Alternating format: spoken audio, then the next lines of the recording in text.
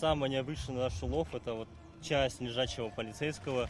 Куски металла, засохшие ели, старые покрышки, пластиковые бутылки и консервные банки. Таким предстал Ноксинский лес после зимы. Волонтеры на скорость убирают то, что за собой оставили казанцы. Со старта мы сразу определились, куда мы пойдем. То есть подумали, где больше мусора будет, чтобы больше мешков собрать и больше баллов заработать. Я лично ожидал, что больше будет мусора. Амир Хасанов учится в Казанском инновационном университете. В таком масштабном субботнике впервые. Обошли всю правую часть леса.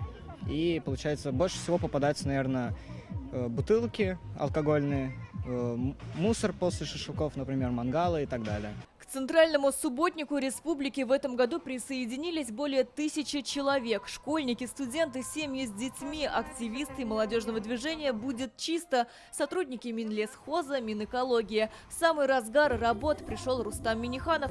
Он поблагодарил всех за активную гражданскую позицию.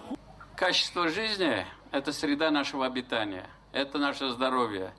Это будущее нашей столицы, будущего нашей республики. Это прекрасное, красивое место, которое мы должны беречь, сохранить.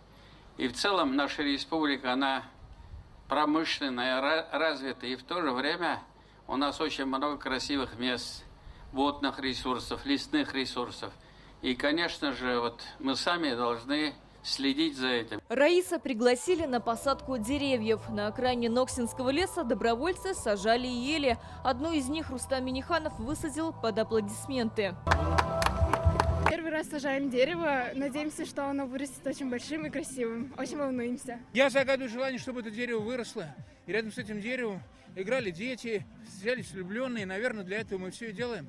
Для того, чтобы жизнь продолжалась. Он уже с детства с лопатой и снег чистит, и метет. Вот. А сюда пришли специально, да.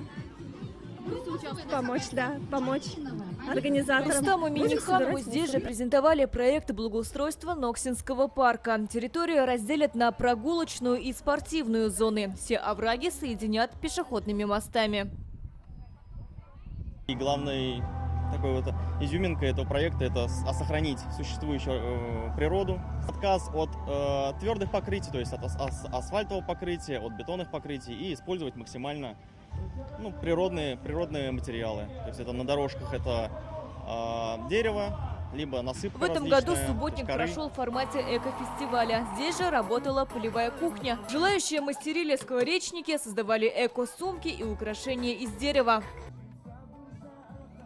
Мы выбираем локации, те, которые нам наши жители заявляют. Самое главное в нашей работе – это вместе с нашими татарстанцами это все наводить, чистоту, порядок, потому что мы все сами живем в нашей республике, и от нас самих зависит. За месяц на субботники вышли 125 тысяч татарстанцев. На этом уборка в республике не завершается. Города и районы нужно привести в порядок до 9 мая.